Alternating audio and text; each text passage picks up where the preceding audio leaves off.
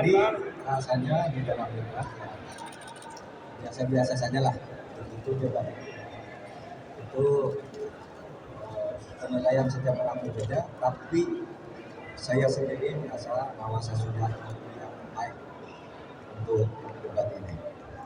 Nah, oleh sebab itu karena ini debat terakhir untuk Cawapres, saya ingin sampaikan terima kasih kepada Pak Jokowi karena 5 tahun yang lalu, 4,5 tahun yang lalu beliau meminta saya menjadi Menko Polhukam.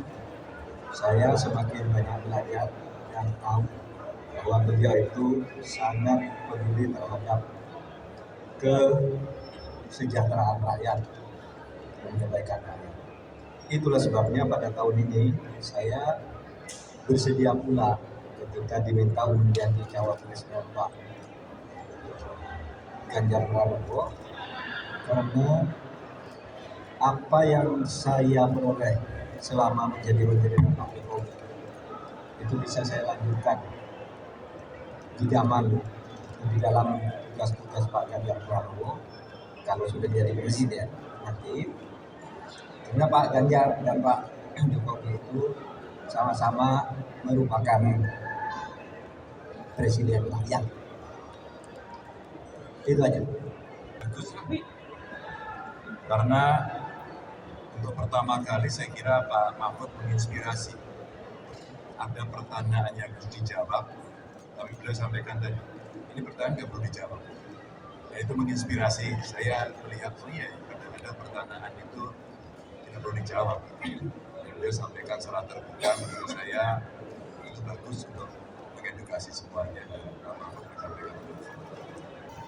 Gini, semua lawan debat itu menurut saya baik. Ya, atau mereka sudah mempersiapkan diri. Seperti halnya saya juga. Soal pertanyaan receh itu, ya bagian dari gimmick aja. Karena dia kan juga gimmick kan, sesuatu yang ditanyakan, lalu dianggap bukan itu pertanyaannya. Padahal pertanyaannya memang itu. Saya katakan ini kok jawabannya receh banget, nggak bisa dilanjutkan.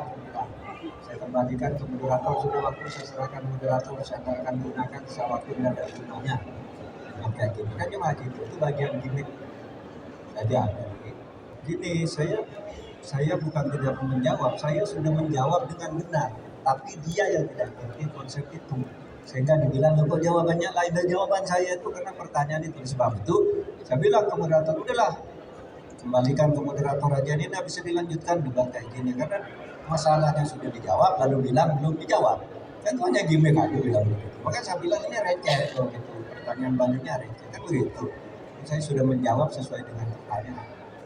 Oke, apa? Ini saya mau baca dulu ya pesan dari TPN.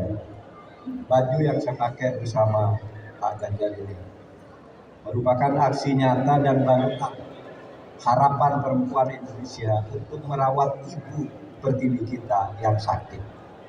Izinkan saya bercerita tentang perjalanan baju ini. Baju ini terbuat dari kapas yang mudah terurai secara alam.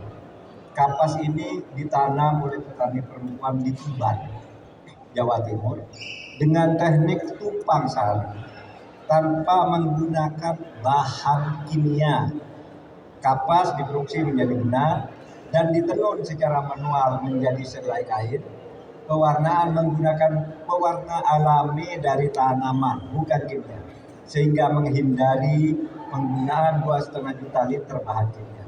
Sementara kancingnya diproduksi di Makassar. Kain dijahit oleh ibu-ibu di desa Bandung, Bali, menggambarkan semangat dan kerja keras mereka untuk memberikan penghidupan yang lebih baik bagi keluarganya di masa depan, di mana 100% dari mereka menerima upah yang layak. Dibutuhkan waktu 180 hari, 6 bulan, untuk tumbuh, memental, menenun, dan menjahit baju.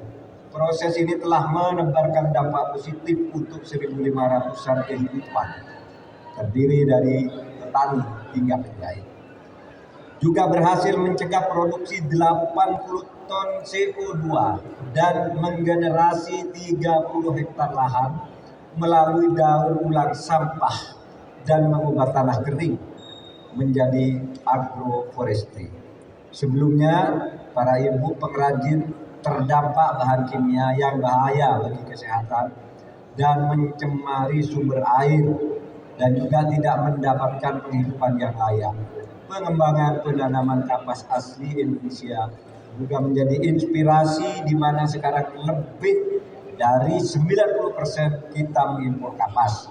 Padahal di tahun 1940 sampai 1950 Indonesia adalah salah satu produsen kapas global terbesar.